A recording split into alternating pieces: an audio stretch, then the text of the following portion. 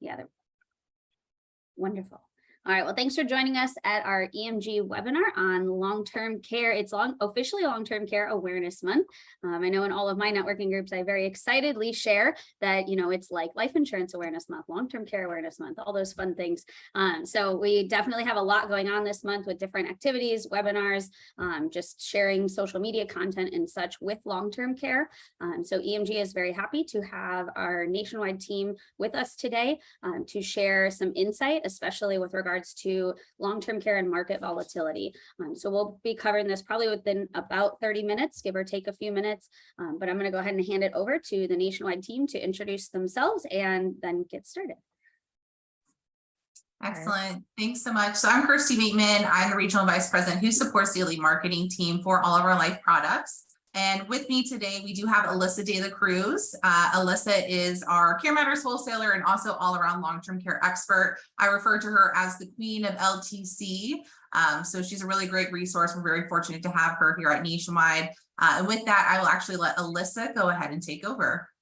Awesome. Thanks, Kirsty. Thanks, everyone, for hopping on. I also have my internal partner, Brittany Cook, on the line as well. So we are your full nationwide team here. And we're really excited to get LTC Awareness Month kicked off. And I think this is probably one of the topics we get asked the most about, or probably something maybe you've experienced or seen out there, especially this year, a lot of hesitancy around long-term care planning, more than usual, and especially during what the market's doing and the environment, it's causing a little bit of unease and maybe focus on other aspects of financial planning, trying to manage expectations, the market, and kind of putting LTC on the back burner. So we really want to help you address those concerns. How do you address them?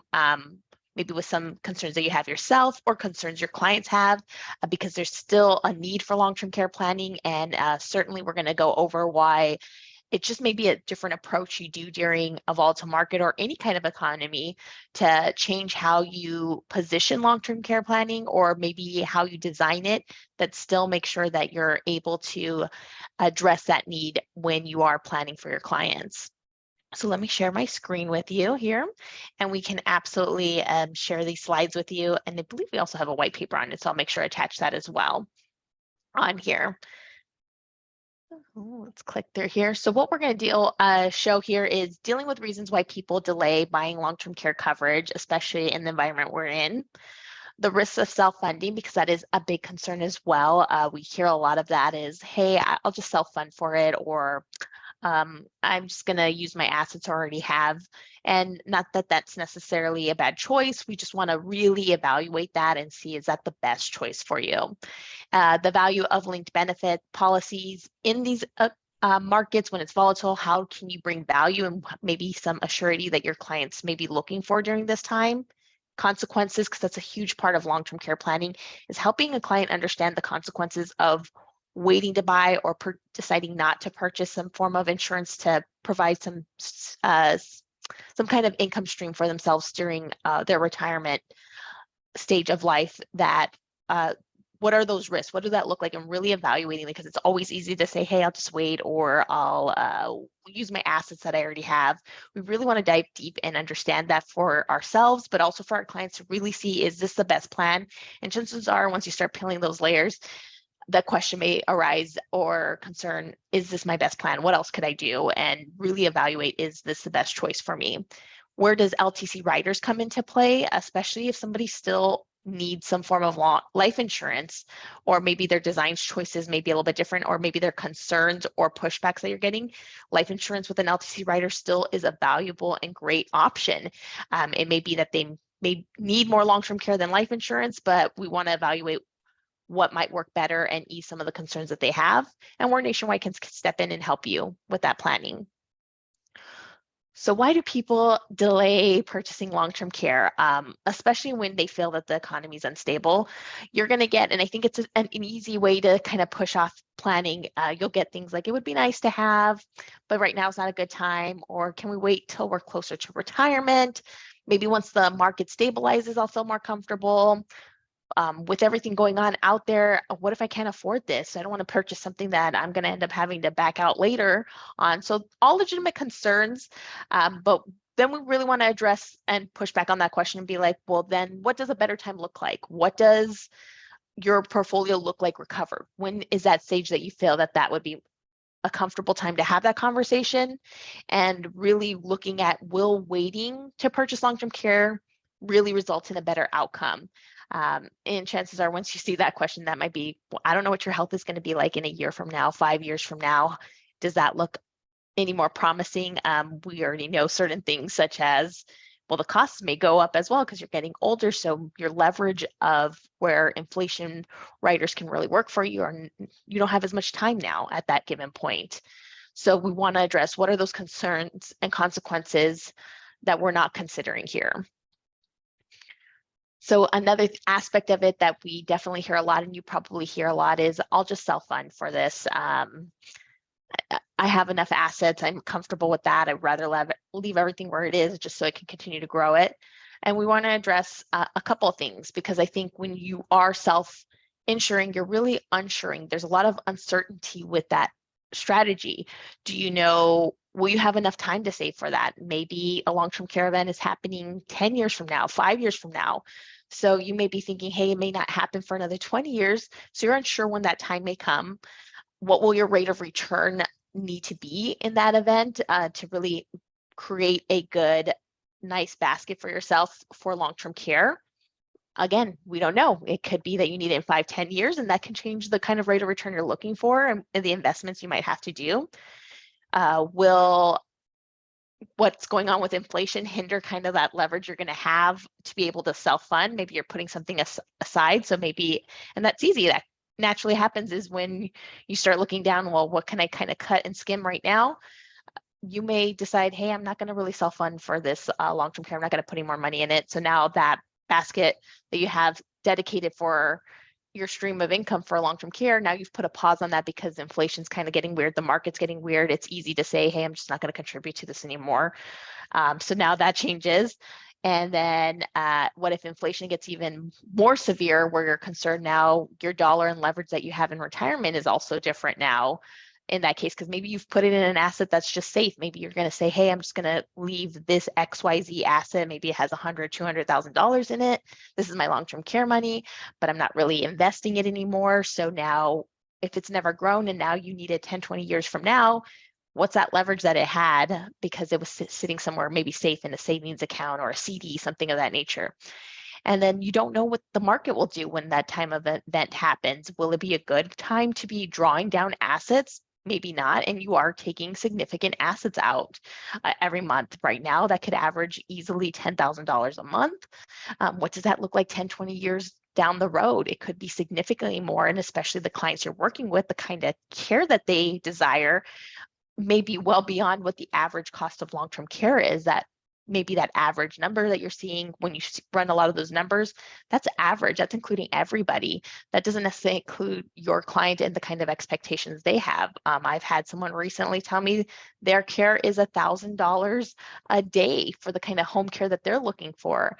And certainly they are managing it and had the assets to do it, but it's still very tight and it's something they don't really look forward to doing and trying to figure out, how do I change that for myself? And that's today the kind of quality of care that they're looking for. Now, that's not the average. It's definitely higher than I usually hear. But again, that was the kind of care that that individual needed to stay home comfortably in the way that they expected. So there's a lot of uncertainty that you have that long-term care insurance can address for your clients. When you are looking at long-term care, there's a lot of different coverage options that you have available to you, and that's important to look through all of them to see what is that best fit. There is a place for all of them. I'm going to say generally where we see the market kind of shift to about 89 to 90% of long-term care is sold in those last two buckets, that linked benefit or LTC rider on a life insurance contract. 11% is about what traditional is right now, but there's still a great place for them. And it just may be where you're running into maybe some kind of budget constraints that I really see where that can shine for some individuals versus having no insurance at all. But what traditional LTC offers is generally just long-term care. That's all they're really going to have there for you. There is inflation, which is great. You can add some protections for the sense if you never use the policy, you get a return of premium, but generally I don't see that as something that gets added onto these contracts in general. And generally that's only going to benefit the beneficiary. It's usually not something you're going to see at time of issue. So if you decide, hey, I don't want this policy anymore, I want my return of premium, that's not going to happen while you're alive. It's going to happen. It's going to be benefit your beneficiaries at that point if they never used it to be able to do that. But again, that's not really average because it does significantly add to the cost of your contract. One of the things that you do want to be aware of with traditional is there aren't guarantees. So there is always that risk of premiums being raised down the road, especially if you are dealing with a budget conscious client. That could also change it, even though it's a great value. I know that's something we run into ourselves where we have individuals looking to find something that's guaranteed and they bought a policy 20, 30 years ago. And I say, hey, that's still a great value for what you're getting. And I understand that premium hike is unfortunate and you had a specific budget in mind, but the leverage you had there is still great. But that still makes that difficult conversation as, hey, this isn't what I was expecting. I wasn't expecting it to continue to increase. So that can be a concern for some individuals. So you do want to keep that in mind. We've hoped that space has improved pricing wise, but again, it's not something that today that they offer that's guaranteed. So there is always that risk. The life with LTC rider is kind of that next stage where you're able to add those extra protections of, hey, if I didn't use this, what else could I get for it? And in this case, it's life insurance. It's an either or. You're able to maybe build a policy. You want $1 million policy with 500,000 of LTC. You could do that, or you could have $1 million of both in that case. So it kind of goes in an either or. So you're both protected in that scenario. You can offer guarantees on there. So you can guarantee that premium. And I think that's what people really liked in this space is what traditional couldn't offer them, which was I have those extra guarantees. I have a death benefit if I don't utilize it. There is no true inflation options on this option. So generally, if you really wanted to make sure you had enough, sometimes you beef up that policy. Maybe you are getting a $500,000 policy or $1 million policy just to make sure you have an extra ability to have some kind of plan for inflation in that case, but that can sometimes add to that cost. And there could be other financial things that individual's planning for. Maybe they still want to have income and retirement, all of those things. So that's still a good place. Or where I also see it very valuable is in the couple scenario. So generally, women buy long-term care policies and their husbands buy returns. So they have a hard time seeing traditional or linked benefits because it's beefing up the LTC dollars.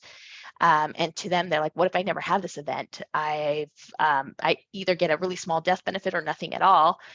So this is where maybe somebody would rather, in that case, say, hey, I know I'm going to die one day. So I know if I get the life insurance, great. And there's an LTC rider, that's great as well. It may not give me as much leverage as an option with inflation, but it could be a strategy and be comfortable with that you may not sell the same policy to both individuals. It really becomes what is their concerns and how do you address it and make sure there's still a plan in place.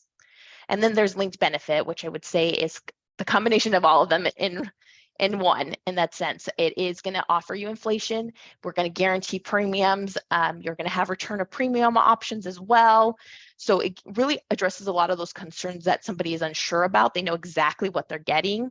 They know it's protected. They can protect against inflation as well. There is a death benefit that's also guaranteed. It's generally at least equal to what you've put into the policy. Not all carriers are the same, but that is what we do here at Nationwide. You're guaranteed, at least if you put it, let's say 100,000, you're getting at least $100,000 death benefit if you don't use it. Generally, the younger you are, it may beef up a little bit more. Maybe it's 180,000. But again, you can see the leverage isn't there for the death benefit. It's just there as a way to protect your initial investment, but you're going to get 4, 5, 6 times that in LTC dollars. And that's the goal there is, hey, I'm trying to get the most LTC dollars for my initial investment, but make sure I've also guaranteed and locked everything in. So there's no surprises. I know exactly what I'm getting. Now, why linked benefits are a good strategy to definitely have that conversation with an offer is it really addresses a lot of those objections somebody has. Market volatility. So if they're concerned about something like that, or we're addressing some of that where you don't know where that investment's going to go, you know exactly what's happening with this policy day 1, day 5, day 630 days down the road. You know what it looks like, you know exactly off your illustration, it's locked in, it's guaranteed. So it addresses that concern of, well, what is what am I looking at? What will I have at age 80 or 79, whatever it may be? And you're also dealing with economic timing and inflation. You can add those things to protect against your initial investment to make sure that you're able to plan against what that future holds and the cost of long-term care down the road as well. And then the ability of waiting is also able to be addressed as well, because you're able to really show them what leverage that they have at that time. And it's become more affordable than it has ever in the last probably decade, 2 decades that you've seen these policies been available. There's premium options from beyond just single pay. You can do, in our example, 5 pay, 10 pay, pay to 65, pay to 100. Really opening up that opportunity for a lot of individuals to have this conversation, because we used to hear a lot in this market space is traditional LTC policies that people wanted to love that they could do a pay to 100 or pay to age 65, whatever it may be. They didn't like that they had to do a single pay. At one point, it was only single pays, or maybe 10 pay was the max that they could really stretch it, and that became unaffordable for them. They couldn't really do that. So today's time, you're able to really show a lot of those options and give them that flexibility to have them choose what plan works best for them. And then you're able to dedicate a stream of income that's not tied to the market. It's already pre-leveraged for them. That's something that self-insuring or self-funding can't do. You can't turn $1 into $3 day one. You have immediate leverage with linked benefit policies that isn't subject to what's going on in the marketplace. Now, there is that concern again, where we're talking about, well, the market's not doing well. What if my client's like, I'm not going to put 100,000 into a policy right now. The market looks horrible. I don't know what's going on. This is not the time to do this. So you have the ability to really do a reverse dollar cost averaging. It becomes more affordable for an individual and more palatable for them to say, hey, I can do a 10 pay. Maybe I could absolutely do a single pay, but this may make that conversation easier for somebody to say, hey, let's look at doing a 10 pay, maybe a pay to 65, and we're taking it out slowly, even maybe annually down to monthly. Maybe monthly is more palatable to somebody to understand that. So they're getting, even though they're doing this, still getting immediate leverage on that day one premium payment. Even if they're doing monthly, it doesn't cost them more to do, in most cases with a lot of these policies, to do a monthly benefit. So it's essentially the annual amount divided by 12, which you didn't really see even on life insurance, or maybe if you've seen it on term, it always costs you more to do monthly versus doing annualized. So it is a great way to really address some of that concerns that somebody, hey, the market's not doing well.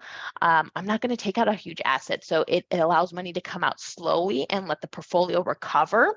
Or even if it's an up market and the market does change during that 10 years that they're paying, great. Anything that they've gained on that up market, that's extra that they're able, any of the gains that they've gotten, that they can use to supplement and pay this policy on top of it. And then if it's a sideways market that sometimes we see every so often, where they just don't know what kind of leverage they're going to get, in that case, it's still something they're able to see leverage on that LTC policy.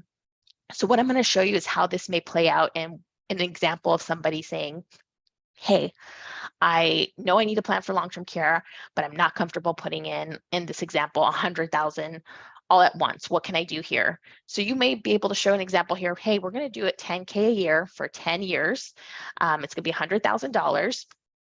But we're going to do this monthly. So this is coming out slowly because we understand the market is of concern for you. Let's take this out a little bit at a time. And you're still going to get the leverage as if you paid this annually.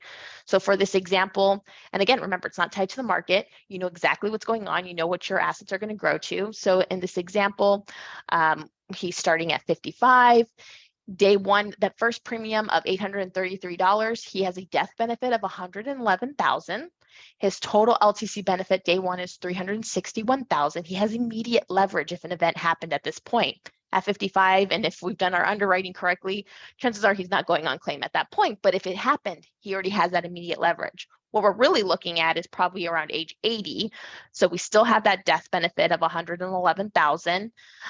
We've already completed our $100,000 premium payment over those 10 years, but my leverage, I've let that grow for me. That asset has grown for me. Now it's almost in that mid-range, it's $756,000. I have that immediate leverage where I'm concerned at that given point. And again, not tied to the market, nothing here changed. I know exactly what I got at age 55. I could say, hey, if I had a claim at age 80, what does that look like? What if it's 90? I have over $1 million of LTC dollars that I'm able to utilize. And that's that power there of, hey, the market may not be a great timing for you, but we can do this a little bit at a time. And hopefully in that time that you're paying premiums, maybe the market does change. Maybe it is an up market and you're able to use any of those gains that you're getting and redistribute it to LTC planning.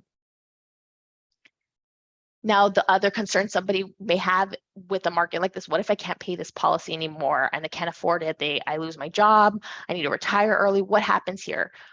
You can address that concern too as well with a linked benefit policy. They're able to reduce their policy to reduce paid up in that case. So based on what they've paid into that policy, we can create a new policy, if you will. This is how it works at Nationwide. It's not always the case for everybody, and it's always a little bit differently. But I can show you how this would play out for that same gentleman, 55. He still has a concern. So let's say he's paid 6 years of premiums and he says, hey, I just can't do anymore. I'm retiring early, whatever it may be. I don't want to contribute anymore. That's okay. We're not going to penalize you for not being able to do that. We're just going to reduce that policy based on what you've paid. So he's essentially paid 60% of his policy because he's done 6 out of 10 years. We're going to reduce it there to 60%. His death benefit now drops to 66,000, almost 67,000. His LTC benefit is also going to drop based on that time frame. So 60% of that would be 251,000 that he has at that given point, and it still continues to inflate. We don't stop it because you cannot no longer continue to pay those premium payments. It doesn't lock it in and say, hey, that's it. No, he still continues to have that policy inflate for him. It's just new at that new benefit at that given point. So you can address that concern too and say, hey, it's not like you wasted time or assets there and now you're going to have to surrender it, or maybe traditional, if you're concerned on that case, be like, I didn't even get anything. Now it was just like auto insurance where I lost everything. Well, that's okay. Here in this case, you're still able to get a death benefit based on what you've paid and that LTC benefit, and it's a reduced exactly to the percentage that you've paid at that given point, and you still have that leverage. And that's always in your back pocket if a concern becomes, hey, I can't continue to pay this because I don't know what the future holds. That helps address that concern for somebody.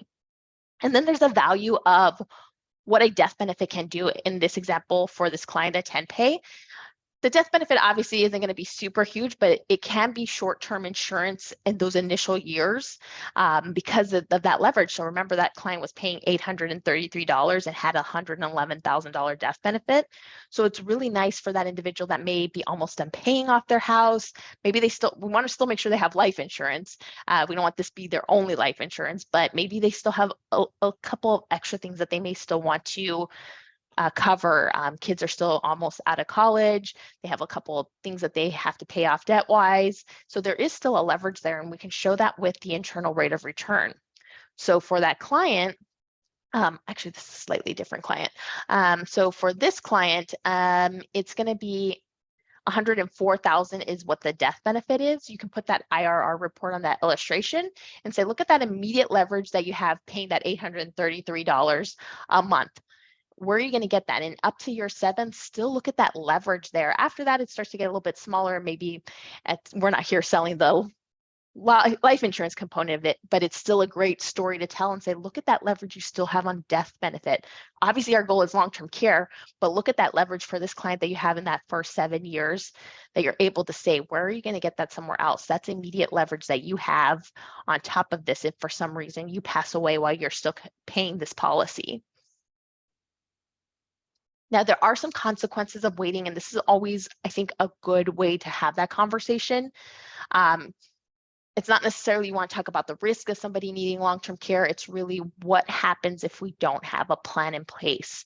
And it could be things like the cost is going to go up every couple of years. That's going to be a concern. Inflation has less time to work for you. I always have individuals that want inflation, but as the older they get, they realize, hey, that's adding to the cost of it, or it's just not going to give me the leverage I need because now I'm 70 and an event may be right around the corner, maybe at 80. I just don't have that time for it to look and work as hard as it can be for me.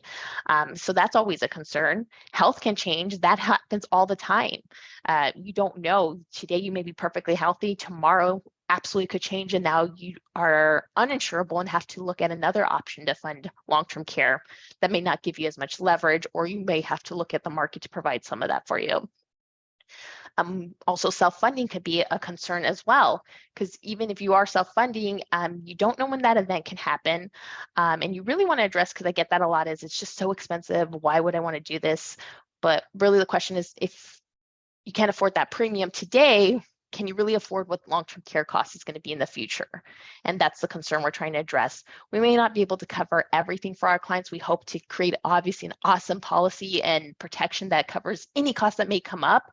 But even if we can supplement some of that, that's our goal at the end of the day. If I can give you a couple years where you have time to plan versus having to say, I have to make a decision this week, versus I have 2 years of a stream of income to provide me time to plan, or maybe it will be enough to plan the entire long-term care event that you have, but you don't know.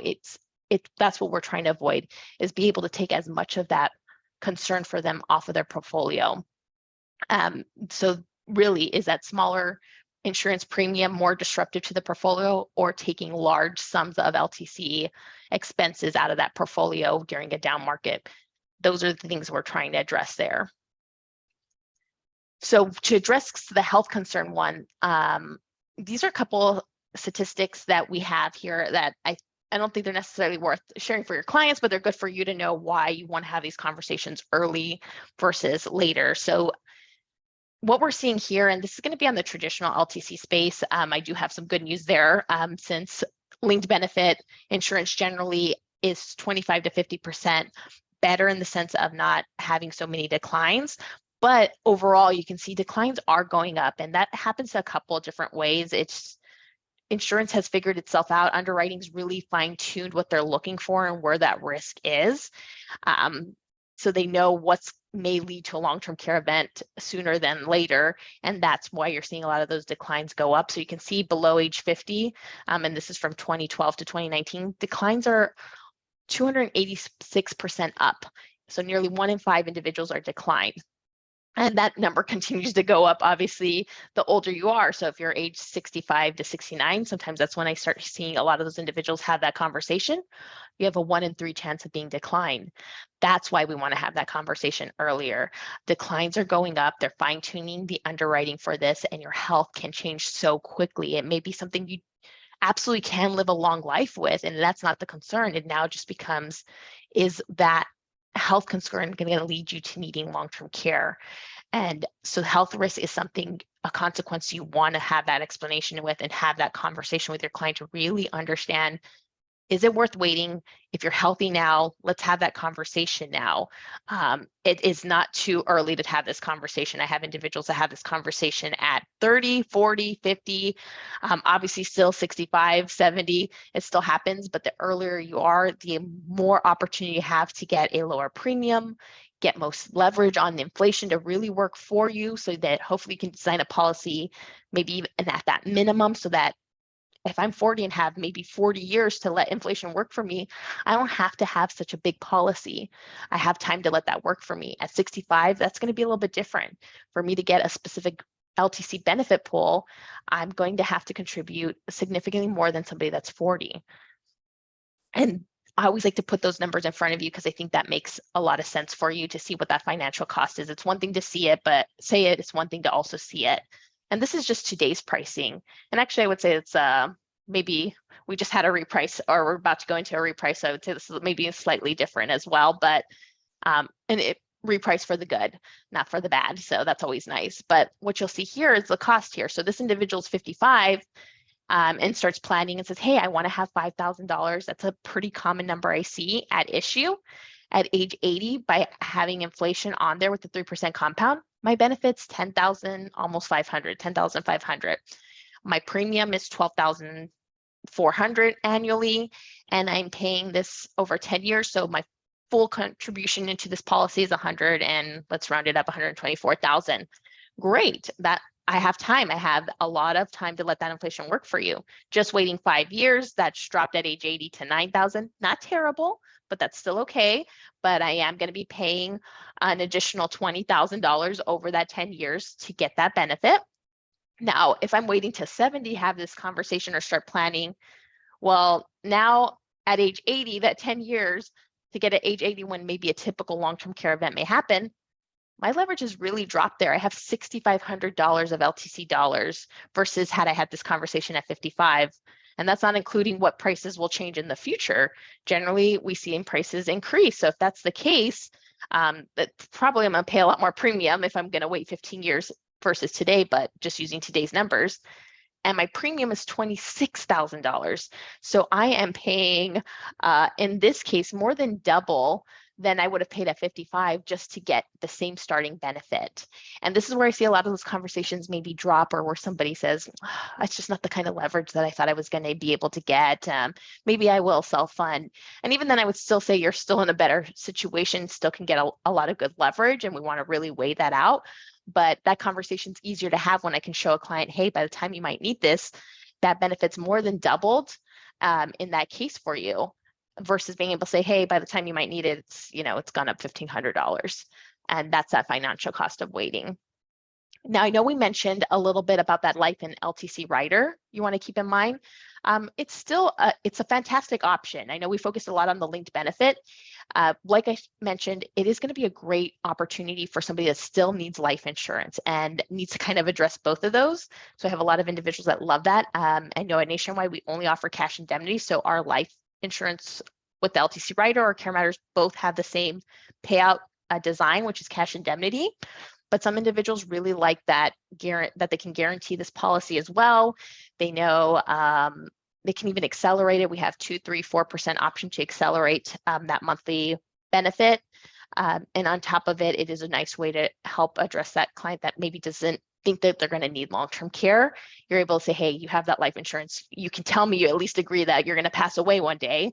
So this policy is going to pay out for you, and just add that LTC rider. It's usually it's not very expensive to add on top of that policy versus not having it.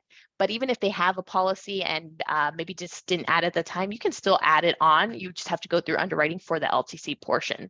So it's still an affordable option, or even a first step for somebody. Maybe if you're talking and having that conversation at 25, 30 years old, it's a great first step to say, hey, we're making sure you're covered. And if health-wise something changes, at least you always have this policy for yourself. And we've addressed 2 needs for you, life insurance and LTC. And then maybe as time progresses, you're getting a little older and want to look at just an LTC policy, you have that ability to add on to this and say, hey, maybe I'm going to do a linked benefit and really address my long-term care need here. So if I leave you with anything before we ask any questions, it's going to definitely be that there might be a way for us to shift this conversation. The market makes it very difficult or make it really easy for somebody to say, hey, let's just postpone and not talk about this. But there's always a great time to talk about long-term care. It just may be the design that we change. We still want to address it. We want to remember that self-insuring, self-funding really is uninsuring. There's a lot of uncertainty that they're dealing with to do that strategy. And we really want to walk through that steps with the client so they have a good understanding of what that is. Knowing that LTC coverage really addresses a lot of those concerns with them. And during a down market, if that's a concern for a client, then maybe we change that strategy. We're going to look at paying a smaller expense with LTC premium versus having the risk of having to pay big expenses in a down market, which could be LTC expenses at that point. Save now by purchasing now while you're healthy versus later when it will cost you more. And obviously, good health is always nice. When you know somebody is healthy, that's the best time to have that conversation versus them coming to you when something does happen. And now that's the time that they want to address long-term care, which would maybe lead to a decline, or maybe saying, hey, we can't really look at you for another year until some of these things improve. Know that you have Nationwide offers you Care Matters, which has guaranteed premiums, multiple payment options that you can look at. You also have the LTC rider, so really addressing a lot of those needs. We don't have traditional LTC. It is out there, but knowing that we have 2 of those 3 is also an option. And keeping in mind that even in a down market, this is still an opportunity to have this conversation, especially during this month. This is probably when I see a lot more of LTC sales than any month, maybe because it's a quicker sale. And it's also right before tax season. So I think it's a great opportunity to have that conversation.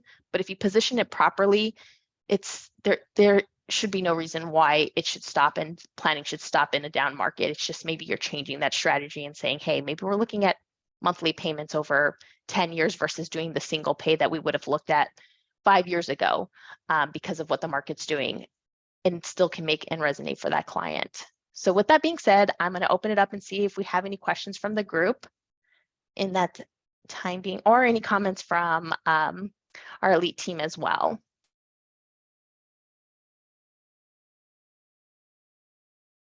I was talking and on mute. That's not very helpful. I was like, I'll turn my camera back on for you. Technology. Yes, yes, definitely. No, thank you so much for all that insight. If anybody does have any comments, you can definitely chat them, or if you raise your hand, I can unmute you if you would like to communicate back with us.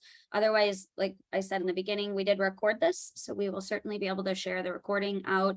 If you missed any of the information, Alyssa will share the slides with me as well, so we can send that to you and get you any follow-up you might need.